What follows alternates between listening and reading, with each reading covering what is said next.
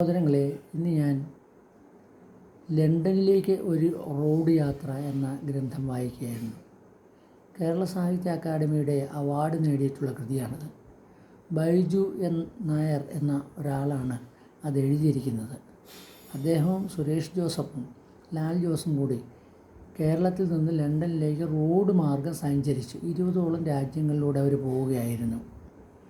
അങ്ങനെ പോയി അവർ കസാക്കിസ്ഥാനിൽ ചെന്നു. റഷ്യയിലൊരു രാജ്യമാണ് കസാക്കിസ്ഥാൻ. അപ്പോൾ അവിടെ ചെന്നപ്പോൾ യാത്ര അങ്ങ് തുടരവേ പോലീസുകാർ കൈ കാണിച്ചപ്പോൾ അവർ നിർത്തി.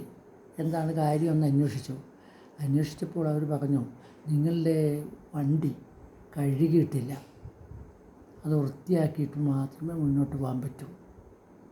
അപ്പോൾ ഇങ്ങനെയുള്ളൊരു കാര്യം റഷ്യയിലും കസാക്കിസ്ഥാനിലും ഭയങ്കര കുറ്റമാണ്.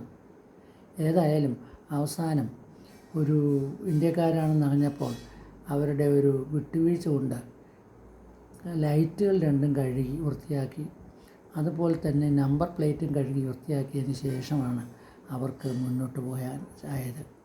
ഇത് ഇന്ത്യയിലുള്ള ജനങ്ങൾ കേട്ടാൽ വളരെ അത്ഭുതകരമായിട്ട് തോന്നും. Thank you.